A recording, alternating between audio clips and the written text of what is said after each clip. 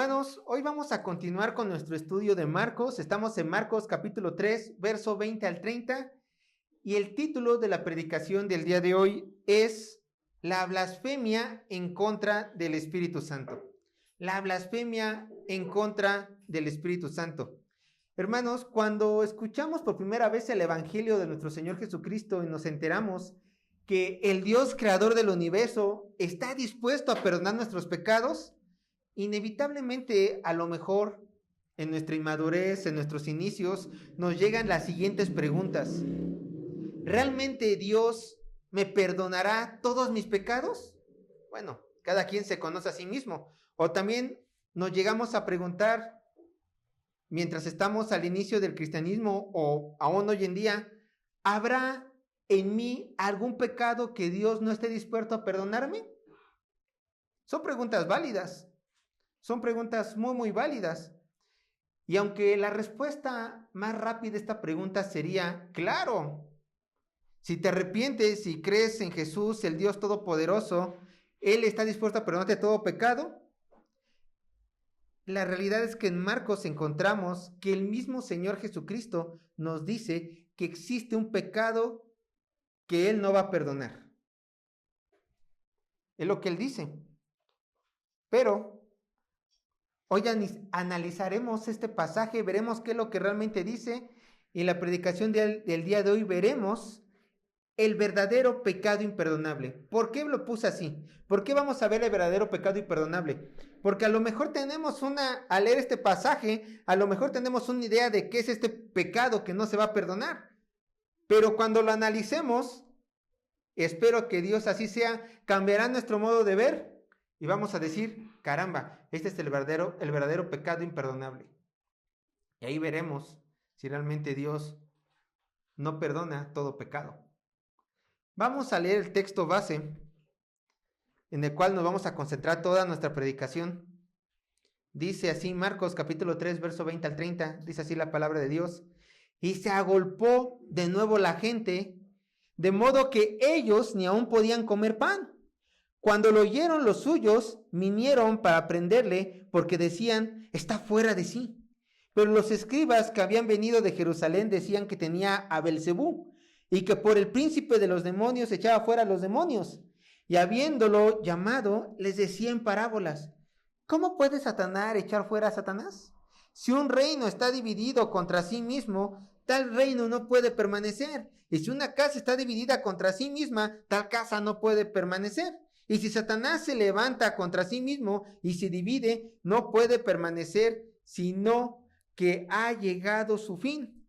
Verso 27. Ninguno puede entrar en la casa de un hombre fuerte y saquear sus bienes si antes no le ata, y entonces podrá saquear su casa. Verso 28. De cierto os digo que todos los pecados serán perdonados a los hijos de los hombres y las blasfemias cualquiera que sean. Pero cualquiera que blasfeme contra el Espíritu Santo no tiene jamás perdón, sino que es reo de juicio eterno, porque ellos habían dicho, tiene espíritu inmundo. Les quiero presentar el bosquejo del día de hoy para que ustedes tengan una noción de qué es lo que vamos a ver. Punto número 1 del bosquejo. La familia de Jesús. Verso 20 al 21. Punto número 1 del bosquejo. La familia de Jesús. Verso 20 al 21. Punto número 2 del bosquejo. La incredulidad de los religiosos. Del verso 22 al 27. Punto número 2 del bosquejo. La incredulidad de los religiosos. Verso 22 al 27.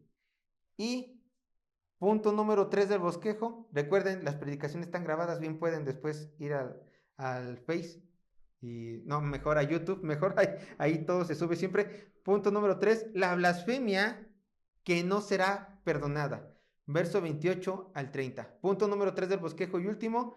La blasfemia que no será perdonada. Entonces, ¿cómo vamos a proceder el día de hoy? Lo mismo que hacemos cada semana, diría uno Pinky. Leer, explicar y aplicar la palabra de Dios. Eso es lo que vamos a hacer. Leer, explicar y aplicar la palabra de Dios.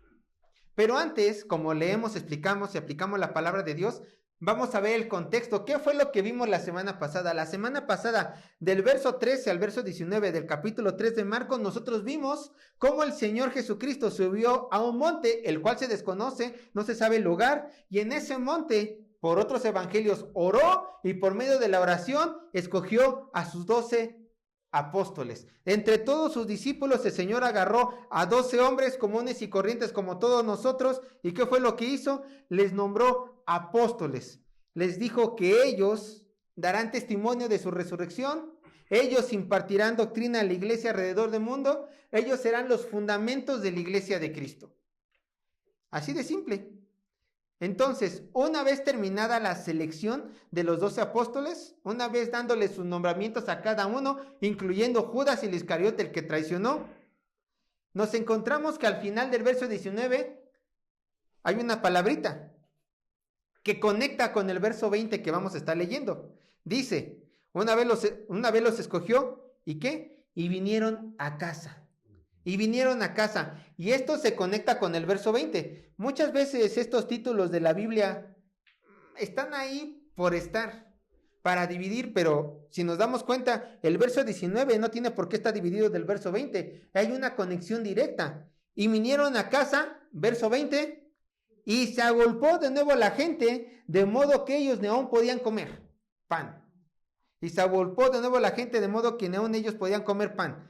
Vamos a analizar lo último del verso 19. Y vinieron a casa. Hermanos, no se sabe con exactitud a qué casa se refiere. Y vinieron a casa. Después de escoger a los 12, vinieron a casa. No sabemos con exactitud, y Marcos no nos dice a qué casa se fue nuestro Señor Jesucristo después de haber escogido a los 12 apóstoles. Pero, por la evidencia que tenemos en el libro de Marcos, muy probablemente se refiere a la casa de Pedro que se encontraba en Capernaum. Y muy probablemente, a lo mejor, este monte donde el Señor Jesucristo fue a escoger a los 12 apóstoles era un monte cercano a Capernaum, probablemente. O de ese monte se transportaron a la ciudad Capernaum, donde estaba la casa. ¿Cómo lo sabemos esto? Bueno, porque si ustedes recordarán, Capernaum era la ciudad que era la base de operaciones de nuestro Señor Jesucristo en toda la región de Galilea. Entonces Jesucristo se daba su tour por toda la tierra palestina y después de un tiempo regresaba a Capernaum a descansar, a volver a reagendar los planes. Y sabemos que esta casa era de Pedro. ¿Por qué? Porque la primera vez en Marcos que se nos menciona que Jesucristo llegó a Capernaum fue a la casa ¿de quién? De Pedro. Y además también Marcos, yo lo leo, Marcos capítulo 2, verso 1, una vez más dice, entró Jesús otra vez en Capernaum después de algunos días y se oyó que estaba en casa. ¿De quién? Pues de Pedro. Entonces Jesús vivía en la casa de Pedro, lo tenían como huésped. Él estaba viviendo allí, porque era Capernaum su base de operaciones. Y como era de esperarse, una vez que los habitantes de Capernaum se enteraron de regreso de nuestro Señor Jesucristo a la ciudad, no se hicieron esperar las grandes multitudes que acudían a la casa de Pedro para ver, escuchar y, ¿por qué no?, ser bendecidos por el gran maestro. Pero para este entonces ya era un gran problema la fama de nuestro Señor Jesucristo, porque Marcos afirma que ellos ni aún podían comer pan. De hecho, desde versículos atrás, desde capítulos atrás, lo hemos estado viendo, la fama de Jesús ya era incontenible. De hecho, en Marcos, vamos a verlos en capítulos posteriores, Jesucristo, era tanta la gente que lo seguía que él decía, a ver, agárrame mi barca, me tengo que subir a la barca, yo estoy en mi barca, que toda la gente se quede a la orilla del mar, y yo desde aquí predico, desde el mar. Era muchísima la gente. Fíjense que he visto algunos documentales con Alejandro y uno de esos documentales fue la vida de Lady Di. Hay una serie que se llama La Corona, que está en Netflix, que la recomiendo, que habla de cómo una de las temporadas habla un poco de la vida privada de Lady Di, y ahí hay algo muy interesante. Menciona que hubo un tiempo donde ella se estaba separando del rey Carlos, donde la corona iglesia le dijo a Lady Di, ¿sabes qué? ¿Tú te quieres separar del rey Carlos? Entonces ya no tienes ningún derecho real, te vamos a quitar la escolta. Hermanos, la serie te deja ver de una manera impresionante cómo era el acoso a Lady Di. ¿Cómo era el acoso a Lady Di? Ella ya no podía salir a la calle. Ella era reconocida en cualquier parte del mundo. Los paparazzis a fuerzas querían tomarle fotos.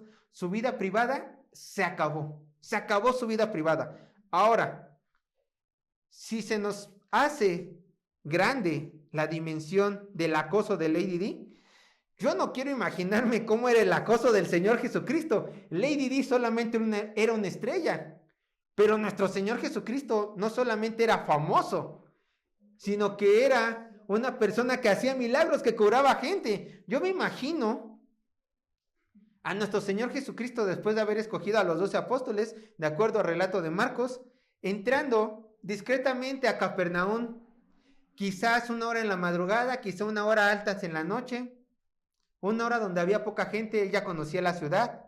Entraba discretamente, entró a la casa de Pedro y dice: bueno, fue una noche pesada, hemos estado predicando, vamos a descansar.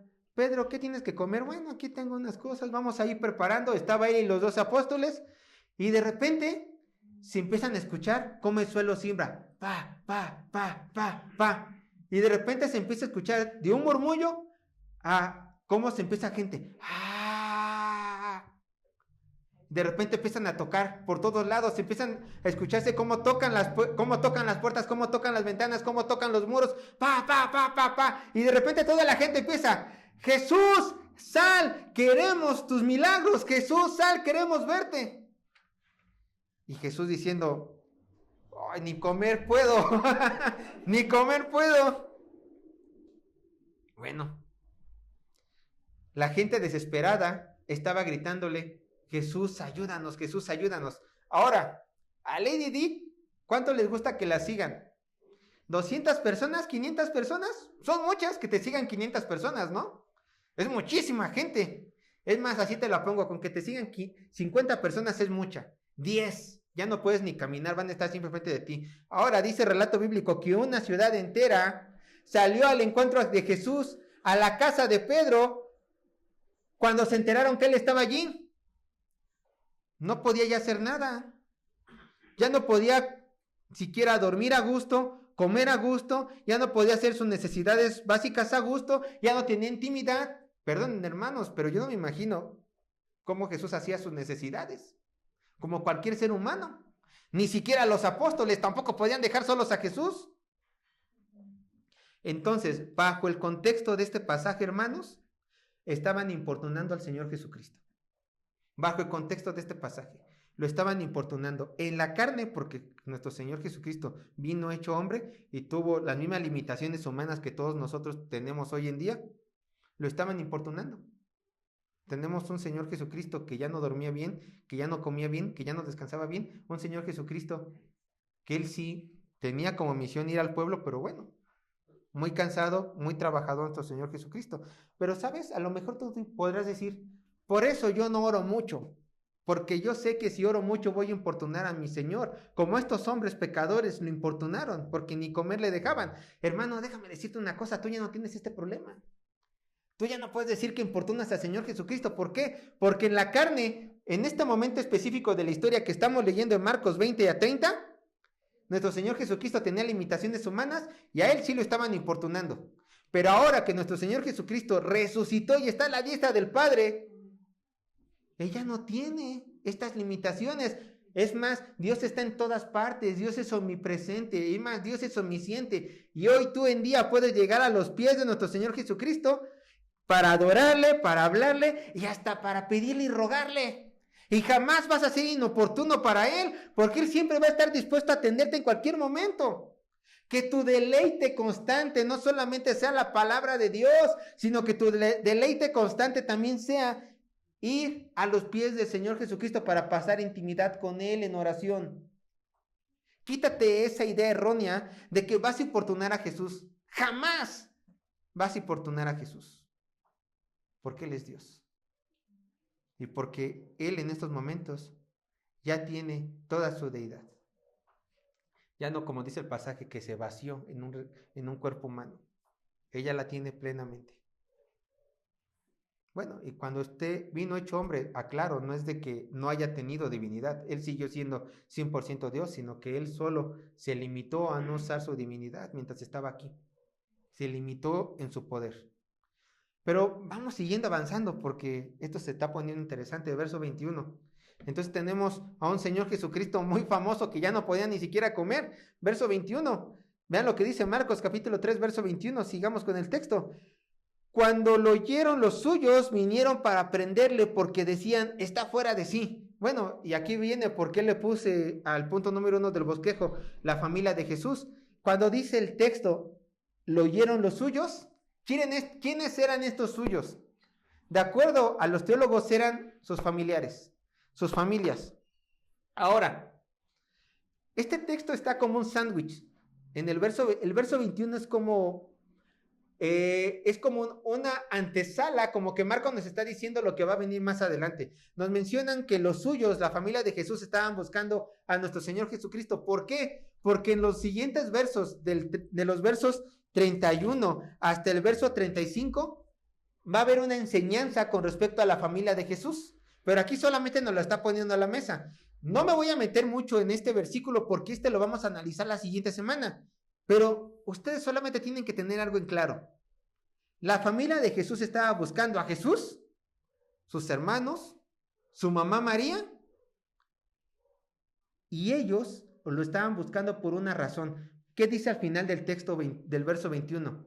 Porque, hay una razón, porque decían los hermanos de Jesús, estaba fuera de sí. Ahora, esta palabra fuera de sí también se puede traducir como se estaba comportando con locura. Se estaba comportando con locura.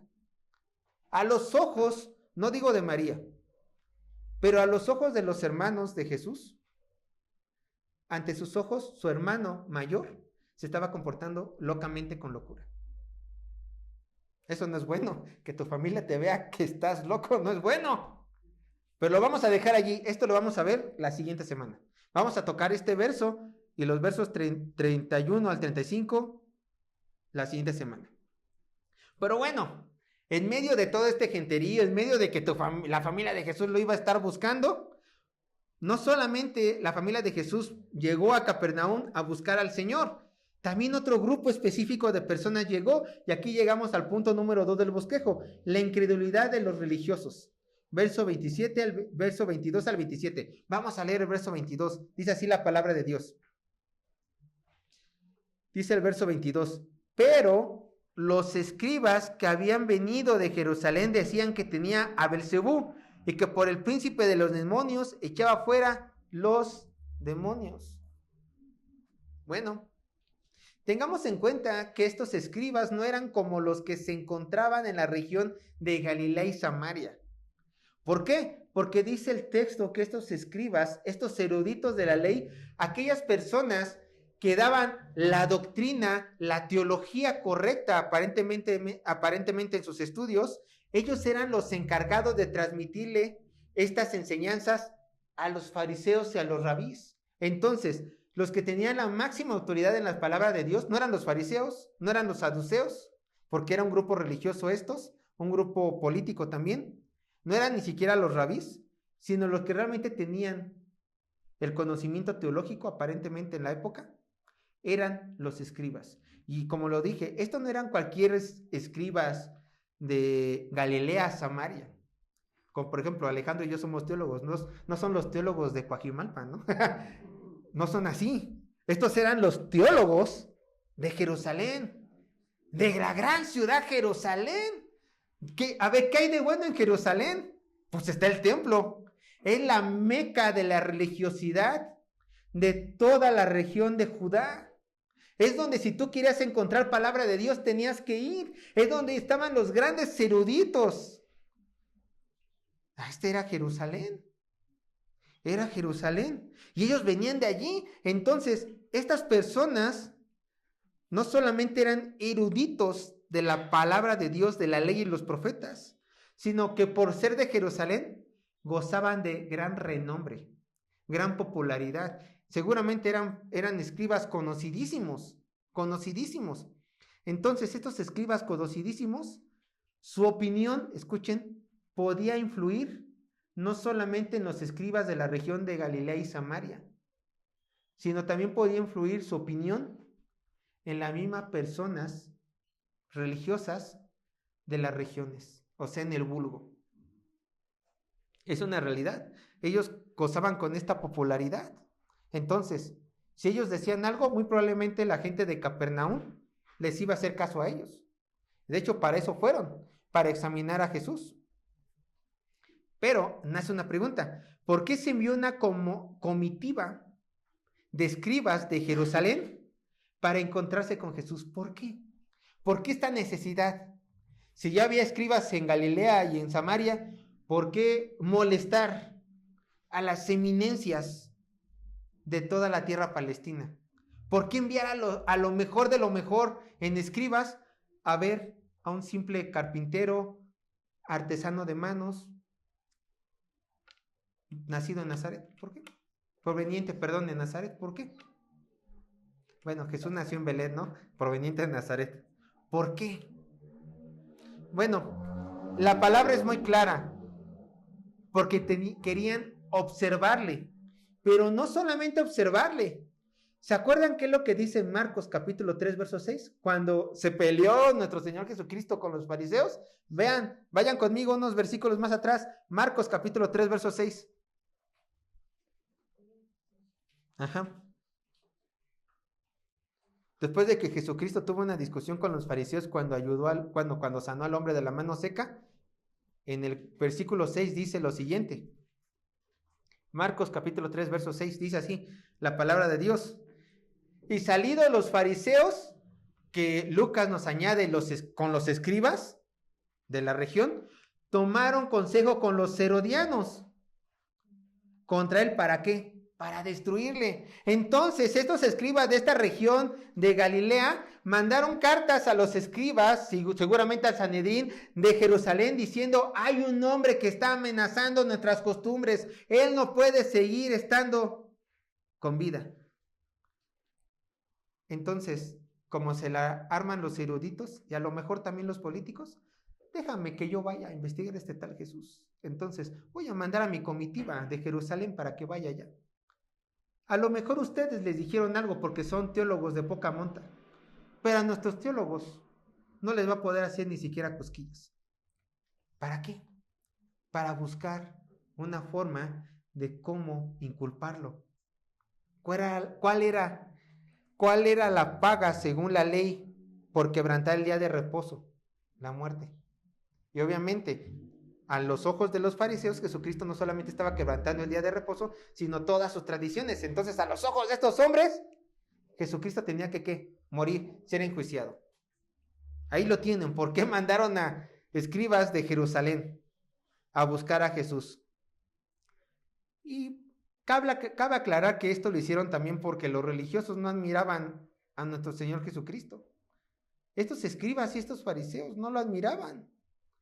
Jesucristo era hermoso y valioso a los ojos del pueblo, por su enseñanza, por sus milagros, por su presencia, pero la élite religiosa lo menospreciaba, porque él estaba en contra de los intereses personales de los escribas y de los fariseos.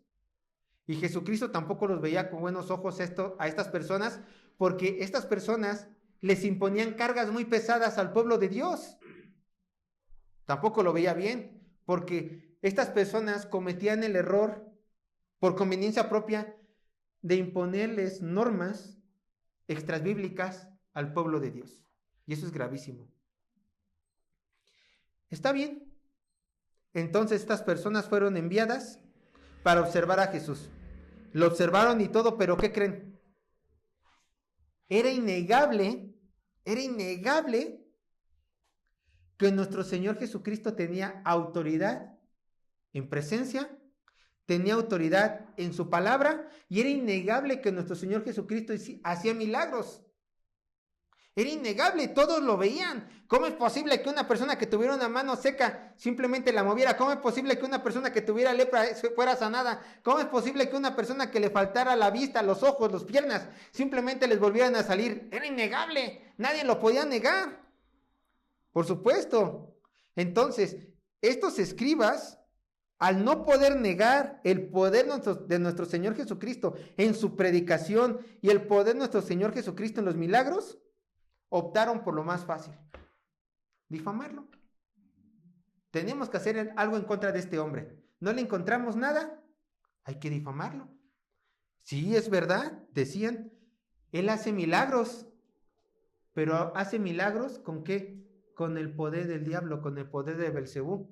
Ahora, déjenme decirles, Belcebú es una deidad, era, ahorita no creo que ya se le siga rendiendo culto, pero era una deidad cananea y su significado era más bien como el señor de casa, de la casa o el señor del templo.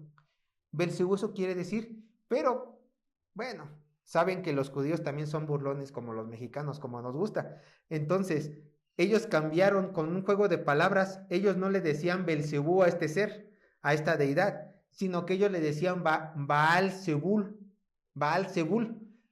De forma de burla ellos le decían el señor de las moscas.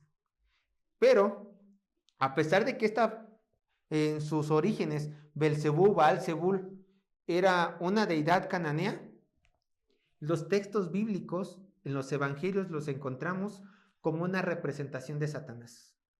Entonces, bajo el contexto de nuestro Señor Jesucristo en los evangelios, los escribas estaban diciendo que Jesucristo hacía milagros por el poder de Satanás, por el poder de Baal-Zebul o de Belcebú. Y por supuesto que esta acusación no era algo que simplemente se tenía que tomar a la ligera, ya que como yo les dije, estos hombres tenían gran influencia, tanto política, religiosa y en las masas. Entonces, era necesario tomar cartas en el asunto. Nuestro Señor Jesucristo no podía permitir que se hablara mal de él mismo, cuando el poder obviamente no provenía de Satanás. Y estas personas a lo mejor iban a poder hacer daño al ministerio del Señor Jesucristo con estas palabras. Así que nuestro Señor Jesús no se hace esperar y les contesta luego. Verso 23. Ay, todo esto vimos en el verso 22, pues sí, y apenas vamos en el 23. No se preocupen, le voy echando ganas. Dice Marcos capítulo 3, verso 23. Vean, ¿qué tenemos? Llegan, nada más para recapitular y lo tengan en mente. Llegan estos hombres que vienen de Jerusalén, observan a Jesús y señalan a Jesús diciendo, este hombre hace milagros en nombre de Belcebú, en nombre de Satanás. Nuestro Jesucristo contesta con las siguientes palabras. Escuchen. Y habiéndolos llamado, les decía en parábolas, ¿cómo puede Satanás echar fuera a Satanás? Jesús decidió ilustrar a su audiencia con unas parábolas. ¿Qué son las parábolas, hermanos? Bueno, de acuerdo a las matemáticas, la parábola sería esto, ¿no? Pero esto no son las parábolas. Las parábolas son relatos cortos de la vida cotidiana que encierran verdades del reino de los cielos. Y la mayoría de las parábolas hablan de la salvación, del reino de Dios. Tenemos estudios de las parábolas dadas por el pastor Alejandro. Si quieren estudiar más a profundidad de las parábolas, ahí tenemos estudios en la página de YouTube. Pero bueno, solamente para que tengan en mente qué son las parábolas, que son relatos cortos de la vida cotidiana para enseñar verdades del reino de Dios. Nuestro Señor Jesucristo les quería enseñar verdades a estos hombres que pensaban mal y también les quería enseñar verdades del reino de Dios a toda su audiencia y a los apóstoles, porque recuerden, ya están instituidos los apóstoles, entonces si ya tienes discípulos especiales, hay que empezarles a enseñar. Y nuestro Señor Jesucristo empieza su defensa con esta pregunta. ¿Cómo puede Satanás echar fuera a Satanás? Y al realizar esta pregunta, Jesús estaba dando a conocer que estaba en total desacuerdo con la opinión y punto de vista de estos escribas de Jerusalén. ¿Por qué? Por dos grandes razones. Uno, porque era mentira lo que estaban diciendo. Era mentira de lo que estaban acusando al Señor Jesucristo, que su poder provenía de Satanás. Y dos, porque le sorprende al Señor Jesús el poco razonamiento de estos hombres que se hacían llamar estudiosos. Y como lo pregunta nuestro Señor Jesucristo, ¿Satanás puede echarse a sí mismo? ¿Satanás puede estar en contra de sí mismo? Vean el verso 24, con estas mismas parábolas, nuestro Señor Jesucristo va a contestar su pregunta. verso 24 y 25. Marcos capítulo 3, verso 24 y 25. Vean lo que dice. La pregunta anterior fue, ¿cómo puede Satanás echar fuera a Satanás? Continúa nuestro Señor. Si un reino está dividido contra sí mismo, tal reino no puede permanecer. Y si una casa está dividida contra sí misma, tal casa no puede permanecer. La primera ilustración que nuestro Señor ocupa es un reino y una nación. Un reino, la cual, si realmente se quiere que ésta prospere, si realmente se quiere que una nación prospere, entonces tanto líderes como pueblo tienen que ir juntos a una meta a alcanzar. Imagínense un reino donde el gobernante o los gobernantes quieren ir a la izquierda y la población quiere ir a la derecha. Perdónenme, pero por eso salen las guerras internas. Por eso hay naciones que simplemente llegan con guerras civiles, porque tanto gobernantes como pueblo no están de acuerdo. Y en lugar de que vayan en una misma dirección, se viene abajo. Esta es la ilustración que nuestro Señor Jesucristo está dando. Si un reino está dividido, no puede triunfar. Ahora, nace la pregunta, estamos hablando de Satanás, ¿cierto? Porque nuestro Señor Jesucristo está hablando del reino de Satanás. Vean lo que dice 2 de Corintios capítulo 4:4. A Satanás se le conoce como el gobernante de este siglo. Vean lo que dice 2 de Corintios 4:4. 2 de Corintios capítulo 4, verso 4. Vean lo que dice de Satanás. En los cuales el Dios de este siglo cegó el entendimiento de los incrédulos para que no le resplandezca la luz del evangelio de la gloria de Cristo, el cual es la imagen de Dios. ¿Cómo se le describe aquí a Satanás como el Dios de este siglo? No que sea Dios, el único Dios, sino que se le representa como el gobernante de este mundo. Eso es lo que se le está diciendo. Aquel que las masas, los hijos del diablo, adoran como si fuera Dios, el cual no es Dios. Vean lo que dice Primera de Juan capítulo 5 verso 19. Primera de Juan capítulo 5 verso 19.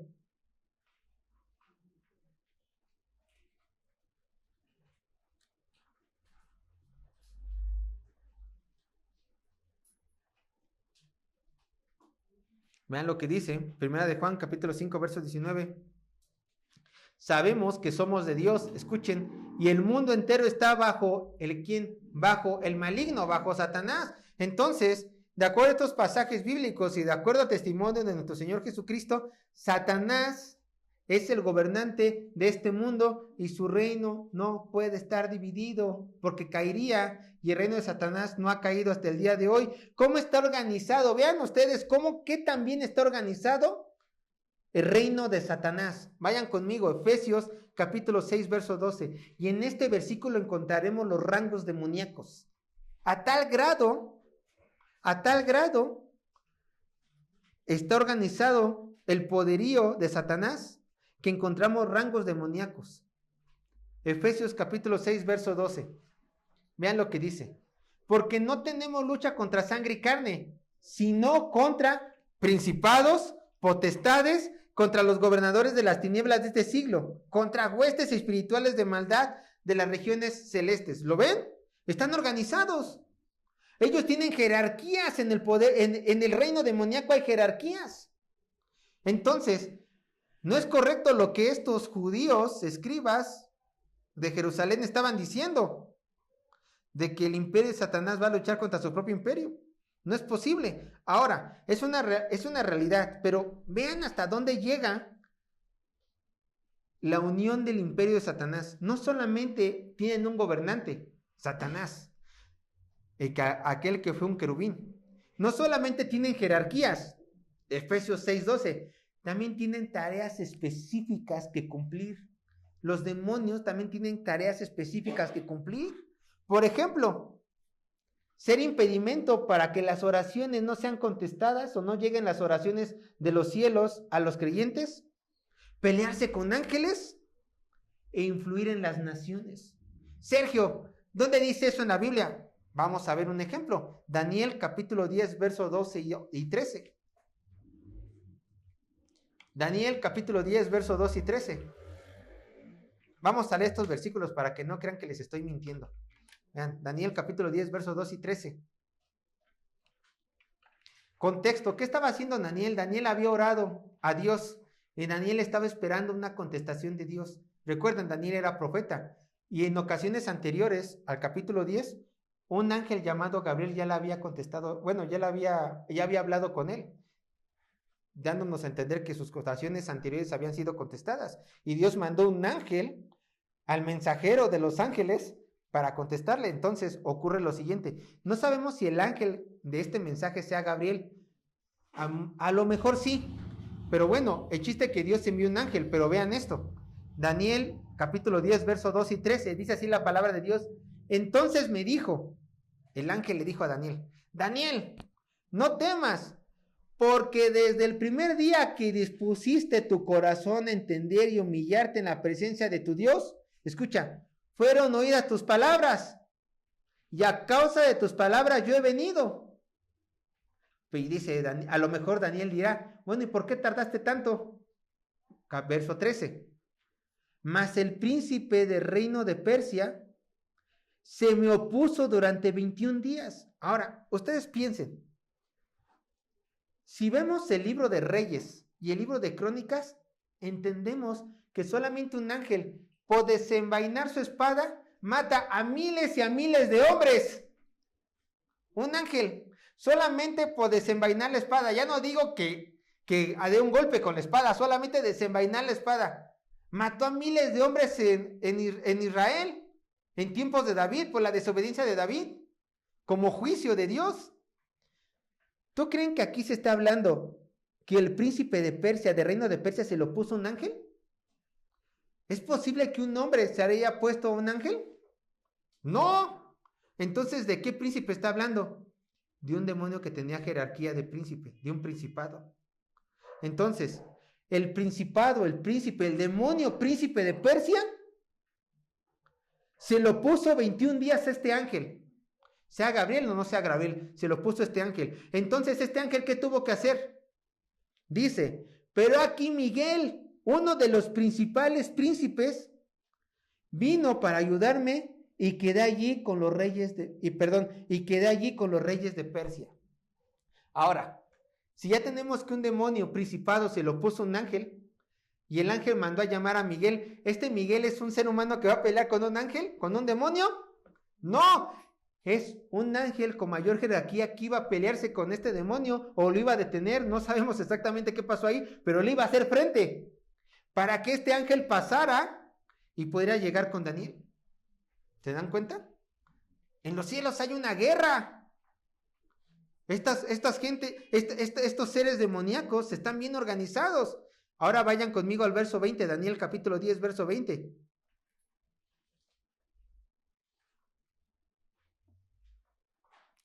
Y vean cómo sabemos que también influyen gobiernos. Él me dijo, aquí Daniel ya no está hablando del ángel que le envió el mensaje. Aquí Jesucristo mismo se le apareció a Daniel. El ángel de Jehová se le apareció a Daniel. Ya para el verso 20. Él me dijo, ¿quién? La segunda persona de la Trinidad. Él me dijo, ¿sabes por qué he venido a ti? Pues ahora tengo que volver para pelear contra el príncipe de Persia, y al terminar con él, el príncipe de Grecia vendrá. Este demonio estaba influyendo en Persia. ¿Recuerdan cuáles fueron las 4 grandes naciones que nos dicen la profecía de Daniel? Primero, Babilonia, que es representado con un león con alas. Segunda, el imperio medo-persa, que es identificado como un oso con algo en la boca y como que con una pata más levantada con otra. El imperio medo-persa, ¿no? Que uno tendría un imperio, uno de estos 2 reinos tendría preeminencia sobre el otro. Y después, ¿quién es el jaguar con alas? El leopardo con alas, que 4 cabezas. Grecia. Entonces estos demonios, con el que peleó primero Miguel, estaban influyendo sobre el príncipe de Persia. Llegó nuestro Señor Jesucristo, sobre el reinado de Persia, llegó nuestro Señor Jesucristo, derrocó a ese demonio. ¿Para qué? Para que en sus planes divinos se levantara Grecia. Y un demonio iba a influir sobre esta nación.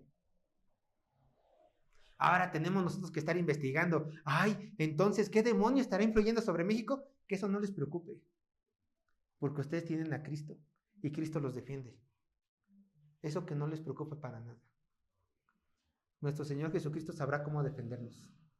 No es necesario estar buscando demonios por todas partes. Tú, cristiano, concéntrate en lo que realmente importa. Cristo, Cristo, Cristo. Nada más. Deleítate en Él, síguela a Él. Y verás cómo lo demás fluye. Bueno, regresando al tema. Estaban bien organizados, ¿cierto? Súper organizados. Y vean lo que dice. Vamos a regresar a Marcos capítulo 3, verso 26.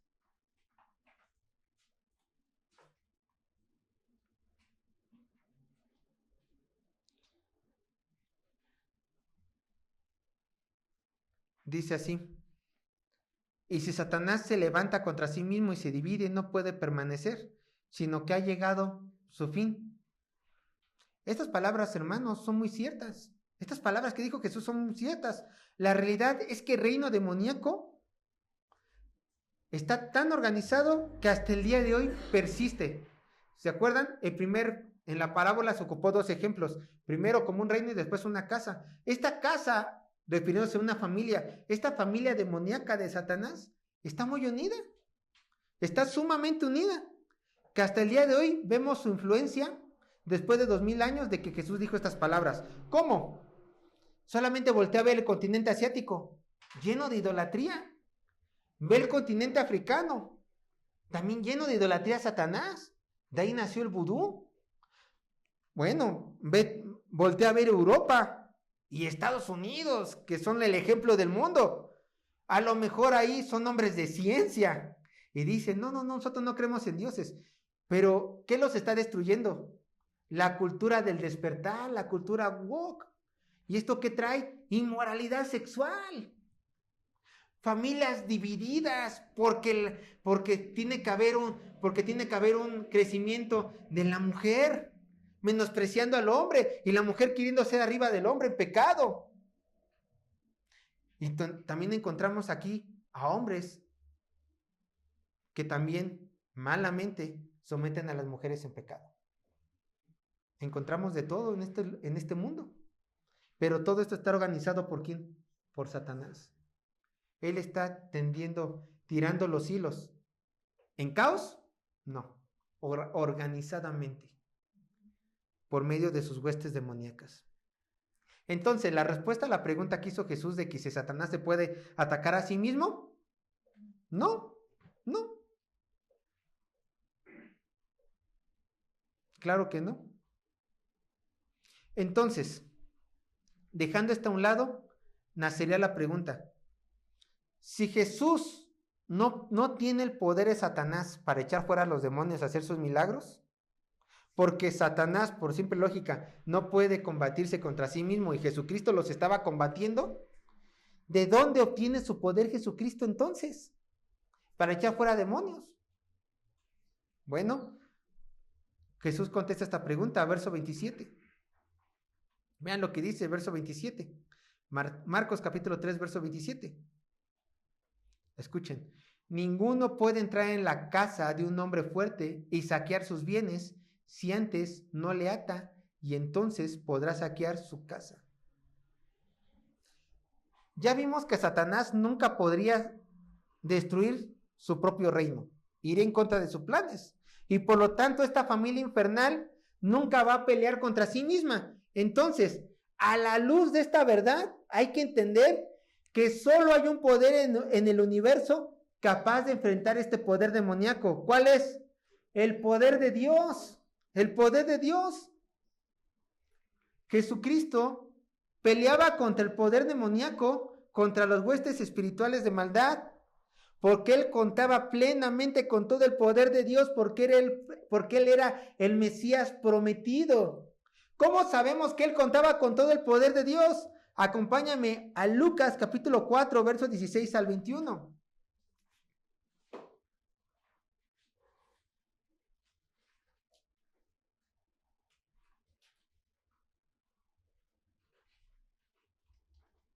Vean lo que dice. Lucas 4, 16 al 21. Ya lo leo. Dice así la palabra de Dios. Vino a Nazaret, de donde se había criado, y en el día de reposo entró en la sinagoga, conforme a su costumbre, y se levantó a leer, y se le dio el libro del profeta Isaías, y habiendo abierto el libro, halló el lugar donde estaba escrito. Escuchen. El Espíritu del Señor está sobre mí, por cuanto me he ungido para dar buenas nuevas a los pobres. Me he enviado a sanar a los quebrantados de corazón, a pregonar libertad a los cautivos y vista a los ciegos, a poner en libertad a los oprimidos, a predicar el año agradable del Señor. Y enrollando el libro lo dio al ministro y se sentó, y los ojos de todos en la sinagoga estaban fijos en él. Verso 21. Y comenzó a decirles: hoy se ha cumplido esta escritura delante de vosotros. Él dijo: yo soy ese que dice Isaías, que tiene todo el poder para derrotar a Satanás y para venir a hacer milagros. Yo soy el Mesías prometido. Y de hecho Jesucristo también cumple con esta profecía mesiánica. Vayan conmigo a Isaías 49, verso 24 al 26. Ven que en el verso 27 de Marcos, Jesucristo ocupa en su parábola que solamente un hombre más fuerte puede atar al hombre fuerte. Dicen los teólogos que muy probablemente Jesucristo lo sacó de este pasaje. Isaías 49, verso 24 al 26. Dice, Isaías 49, verso 24 al 26. ¿Será quitado el botín al valiente? ¿Será rescatado el cautivo de un tirano? Pero así dice Jehová: ciertamente el cautivo será rescatado del valiente, y el botín será arrebatado al tirano. Y tu pleito yo lo defenderé, y yo salvaré a tus hijos. Y a los que te despojaron haré comer sus propias carnes, y con su sangre serán embriagados como con vino, y conocerá todo hombre que yo Jehová soy salvador tuyo y redentor tuyo, el fuerte de Jacobo. Ustedes, dice Jesús, ustedes no pueden hacer nada en contra de Satanás. Él es tan fuerte que los tiene cautivos. ¿Pero qué creen? Dice Jesús: yo soy más fuerte que él. Entonces yo sí puedo entrar a su casa y vencerlo. Y de acuerdo a Isaías, yo los voy a liberar. Por eso, escribas de Jerusalén, yo puedo hacer todo esto, porque mi misión en esta tierra, dice Jesús, es venir a liberarlos del cautiverio, de Satanás. Sí, es verdad, Jesucristo vino a este mundo, ¿a qué? A perdonar de nuestros pecados, a perdonarnos de nuestros pecados, y también vino a hacer la paz con el hombre. El hombre estaba mal con Dios porque el hombre era pecador. Entonces Jesucristo vino a ser el mediador y decir: crees en mí, estarás en paz para con Dios. Pero también vino a esto, a rescatarnos de las garras del maligno. También es parte de sus misiones. Claro, y los despojó de todo poder. Y también lo despojó del imperio de la muerte, de acuerdo a Hebreos 2, 14 y 15. Y ahora Jesucristo tiene las llaves. Dice, vean, yo lo leo: cuando le vi, caí como muerto a sus pies, y él puso su diestra sobre mí, diciendo: no temas, yo soy el primero y el último, y el que vivo y estuvo muerto, Jesús, mas he aquí vivo por los siglos de los siglos, amén, y tengo las llaves de la muerte y el Hades. ¿A quién se las quitó? A Satanás. Ya son suyas, dice el Señor Jesucristo. A eso vino nuestro Señor. Ahora, entonces, ya vimos que Jesucristo, era ilógico pensar que Satanás iba a atacar a sí mismo, porque un reino dividido no prevalece, un reino no puede pelear contra sí mismo, una familia, a menos que la familia busque desunirse, no puede pelear entre sí. Ya vimos que Jesucristo, su poder venía de Dios, por ser el Mesías esperado, pero ¿ustedes creen que solamente por eso Jesucristo tenía el poder? Hay una parte en esta ecuación que hay que añadir. Jesucristo no solamente tenía el poder para vencer a Satanás, como lo dice en el verso 27 de Marcos, de atar al hombre fuerte, porque simplemente era el Mesías, sino que tenía el poder de atar a Satanás, porque Jesucristo, ¿qué creen? Es Dios mismo. ¿Quién contra él? ¿Quién contra él? Nadie. Vayan conmigo, vean lo que dice Juan capítulo 1, verso 1 y verso 14. Evangelio de Juan capítulo 1, verso 1 y verso 14. Vean lo que dice con respecto a Jesús y su deidad, por supuesto.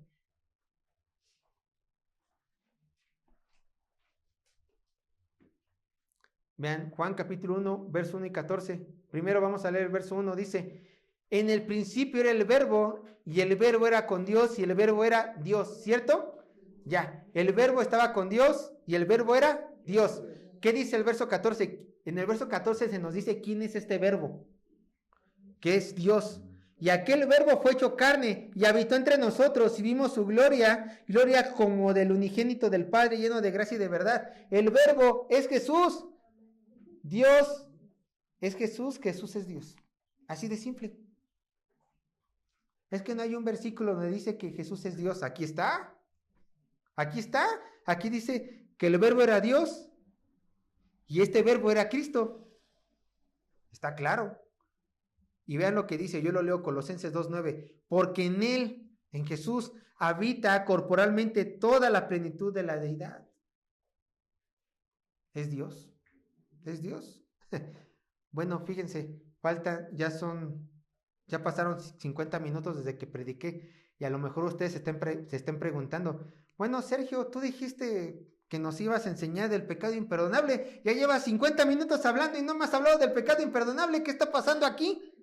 Bueno, ya vamos a entrar allí, ya es lo último de la predicación, no se preocupen, denme 10 minutos más y ya, no se preocupen. Vean lo que dice, verso 28 al 30, Marcos capítulo 3, verso 28 al 30. De cierto os digo, que todos los pecados serán perdonados a los hijos de los hombres y las blasfemias cualquiera que sean. Pero cualquiera que blasfema contra el Espíritu Santo no tiene jamás perdón, sino que es reo de juicio eterno. Escuchen, verso 30. Porque ellos habían dicho, tiene espíritu inmundo. A ver, de acuerdo con estos versículos, por lo menos el verso 28 y 29, Jesús menciona que todo pecado será perdonado con excepción a uno. Y le pone nombre y apellido. Blasfemia en contra del Espíritu Santo. Son palabras de Jesús, ¿cierto? Y él dice que esto no va a ser perdonado, ¿cierto? Ahí lo tenemos, está en la Biblia. Son palabras de Jesús. Sí. Bueno, escúchenme, pónganme mucha atención aquí. Esto es lo interesante de estudiar los textos bíblicos. Esto es lo interesante de ver el contexto de por qué se dicen las cosas. Escúchenme. Si solo leemos estos dos versículos, apartado de todo lo que ya estudiamos, podríamos decir firmemente, sin temor a equivocarnos, que Dios no perdonará a nadie que blasfeme en contra del Espíritu Santo, y entonces todos los hombres tendríamos que ir con cuidado en no ofender a la tercera persona de la Trinidad. Si solamente tuviéramos estos dos versículos aislados, solamente estos dos. ¿Pero qué creen? ¿Qué creen? Si realmente queremos entender lo que dice el verso 28 y el verso 29, entonces es necesario conocer qué es lo que dice el contexto anterior, que es el contexto inmediato. ¿Por qué lo dijo Jesús? Es necesario entenderlo, porque Jesús no solamente dijo, no solamente iba caminando y de repente se paró y dijo, cualquiera que blasfeme en contra del Espíritu Santo. No, ya hemos visto, hay una historia. ¿Y qué es lo que nos explica esta historia?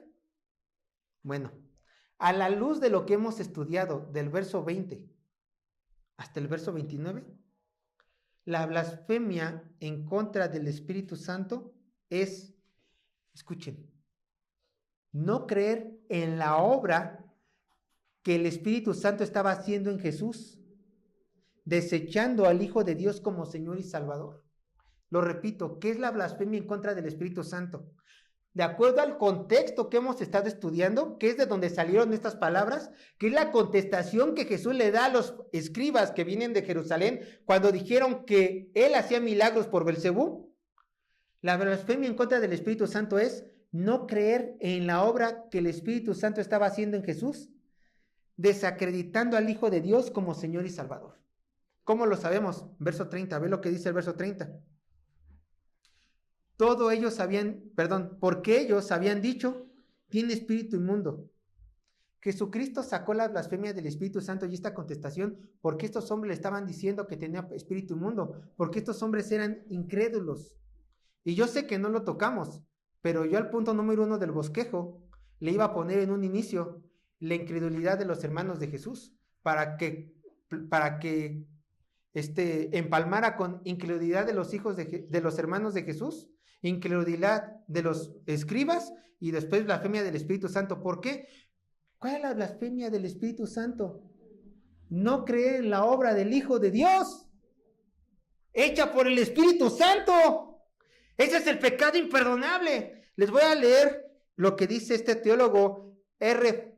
Fabris para que se entienda mejor. Escuchen, cito: el pecado contra el Espíritu Santo es imperdonable no porque sea más grave que los demás, sino porque incluye en sí mismo el rechazo del perdón, excluyendo la postura de fe y de conversión. A ver, Sergio, explícame estas palabras. Claro, para eso estoy. Cuando tú rechazas al Señor Jesucristo como tu Señor y Salvador, cuando tú eres incrédulo, cuando se te muestran evidencias bíblicas, una buena predicación, alguien te comparte el Evangelio y tú rechazas al Señor Jesucristo como Señor y Salvador, entonces estás blasfemando en contra del Espíritu Santo porque estás desechando la obra que Él hizo en Cristo Jesús para darnos redención y salvación, y por lo tanto tú voluntariamente estás desechando la salvación que Dios te quiere regalar gratuitamente. Por eso no puede ser perdonado, porque tú decides desecharlo. Dirían algunos teólogos, el único pecado que no puede ser perdonado es el único pecado que no ha sido confesado. Y como tú no quieres creer en Cristo Jesús, nunca vas a confesar tus pecados. Ahí lo tienen. Esta es la blasfemia en contra del Espíritu Santo. Desechar la obra de Cristo Jesús de salvación en la cruz. Desechar a Cristo es desechar al Padre. Desechar a Cristo es desechar al Señor y al Espíritu Santo. Ahí lo tienen. Valió la pena esperar, ¿verdad? Valió la pena. Oh, Sergio, después de 50 minutos, pues sí. 50 años dicen, no. Bueno, pero ya saben que es la blasfemia en contra del Espíritu Santo, ¿no? Así nos pasa a muchos. Hasta que no lo estudiamos, no lo entendemos. Ahí la importancia de estudiar. Ahora, escúchenme. ¿Qué es lo que les espera a estas personas que no confiesan sus pecados, que no creen en Cristo Jesús? Les espera una eternidad en el infierno. ¿Cierto? Cierto. Pero yo quiero hacerles una última pregunta, ya que estamos viendo sobre el tema del pecado. ¿Existe realmente algún pecado que Dios no pueda perdonar? Ya vimos que el pecado del Espíritu Santo Dios dice que no lo va a perdonar. ¿Por qué? Porque ahí rechazaríamos a Jesús y no confesaríamos nuestros pecados y por lo tanto seguiríamos blasfemando no solamente contra la tercera persona de la Trinidad, sino contra la segunda y la primera, que es el Hijo y el Padre. ¿Cierto? Cierto. Bueno, entonces, ¿existe algún pecado que realmente Jesucristo no pueda perdonar? Porque muchas veces nos llega esa pregunta. ¿Habrá un pecado en mí que yo haya cometido en mi vida pasada? Espero que ahorita ya no sigan pecando, que vayan en victoria, eso quiere decir la palabra, peleando contra sus pecados y que vayan ganando en eso, en fe, claro está, y en esfuerzo. Pero, ¿existe algún pecado que Dios no pueda perdonar? Lo vuelvo a repetir, solamente el pecado que no ha sido confesado. El único pecado que Dios no está dispuesto a perdonar es el único pecado que no ha sido confesado. ¿Por qué? Porque no habría arrepentimiento en nuestros corazones. Oye, escúchenme. Dios está dispuesto, ahorita que está de moda, Dios está dispuesto a perdonar al Mayo Zambada si se arrepiente de sus pecados. Sí. Sin importar lo que haya hecho, sí. A los chapitos, sí, sin importar que haya hecho. Oye, yo tengo un vecino que le pega muy feo a su perro y ya mató a uno. ¿Dios está dispuesto a perdonarlo? Sí. A la señora, a la joven, a la señora que aborta, también. Al homosexual, también. Al drogadicto, también. Al violador, también. Al pederasta, también. Dios está dispuesto a perdonar cualquier pecado, siempre y cuando nos arrepintamos y creamos en su Hijo Jesucristo. Cualquier pecado, hermanos, cualquier pecado. Obviamente habrá consecuencias en la vida, ¿no? Obviamente, un pederasta, ¿qué le espera? La cárcel. Y es lo mínimo, ¿no? Pero ante los ojos de Dios ya está perdonado. Y aquí la ley obviamente tendrá que tomar cartas en el asunto. No nos corra a nosotros, le corresponde la autoridad. Pero vean lo que dice, para que ustedes tengan descanso en sus almas y digan, ay, Dios sí me va a perdonar esto, claro. Salmo 32:5. Así que no te preocupes lo que hayas hecho en tu vida pasada. Es más, tampoco te preocupes lo que ahorita puedas hacer en tu debilidad. Dios está dispuesto a perdonarte si lo confiesas y te arrepientes. Salmo 32:5. Vean lo que dice, van a ser 3 versículos ya para terminar. Salmo 32:5 dice así la palabra de Dios: mi pecado te declaré y no encubrí mi iniquidad. Aquí hay confesión. Dije, confesaré mis transgresiones a Jehová. Escucha, y tú perdonaste la maldad de mi pecado. Selah. Si estuviéramos estudiando este versículo aquí, reflexionaríamos. Recuerden, Selah es para reflexionar. Pero una vez que se confesó, Jehová, ¿qué? Perdonó. Isaías 55:7.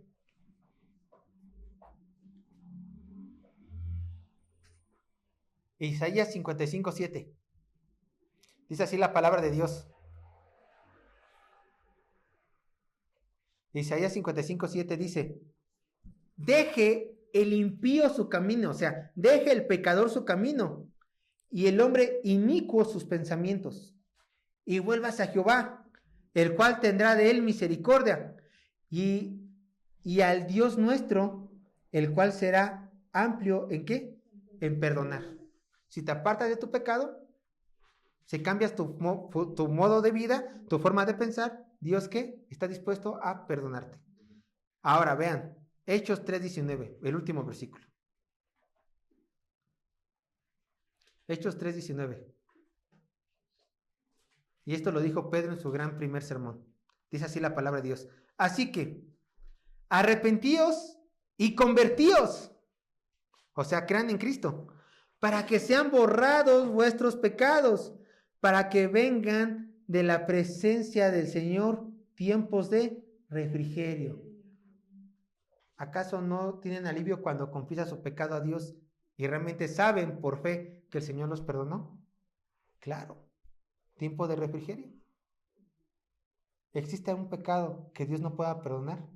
Solo uno. En no aceptar a su Hijo Jesucristo, que es la blasfemia en contra del Espíritu Santo por todo lo que conlleva. Lejos de ahí, si tú crees en Cristo, cualquier pecado se te puede perdonar. Siempre y cuando lo confieses. Siempre y cuando te arrepientas, cambies tu mente y tu corazón. Hermanos, recuerden esto. Para concluir ya.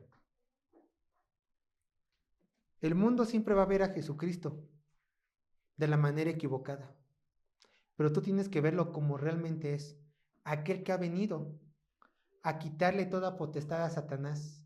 Y aquel que ha venido a salvarte de tu cautividad. No se engañen. No hay un hombre más fuerte que nuestro Dios. Y tampoco se engañen. Si no creen en Cristo Jesús de corazón, como Señor y como Dios, sus pecados nunca van a poder ser perdonados. Pero si ustedes han creído en este Dios y Señor y han dejado atrás su incredulidad, Él está dispuesto a perdonarlos en cualquier momento de sus vidas. Es más, ya los perdonó. ¿Por qué? Porque el sacrificio en la cruz fue perfecto. Perfecto. Hermanos, vamos a orar. Oremos.